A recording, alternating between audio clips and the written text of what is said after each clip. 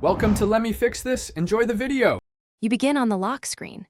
Wake the iPad and keep it locked, because changing wallpaper here alters only the lock screen if you choose. Press and hold. This triggers the lock screen editor. It's faster than opening settings. Once done, tap Customize or the plus icon to pick an existing wallpaper or add a new one. This route saves time and avoids unlocking with Face ID every time, and it gives you direct control over lock screen only or both screen options. Now choose the image type, photo, photo shuffle, or built-in backgrounds. You'll see a live preview so you can judge composition. Use pinch to zoom and drag to reposition. This controls how the image crops on different orientations.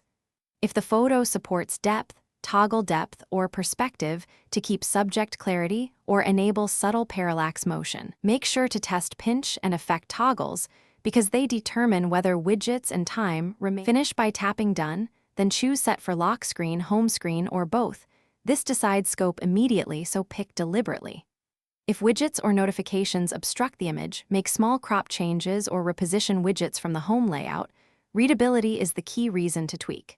If the wallpaper doesn't apply, restart your iPad first and make sure iPad OS is up to date, because software bugs often block changes. If problems persist, retry from Settings Wallpaper as a fallback.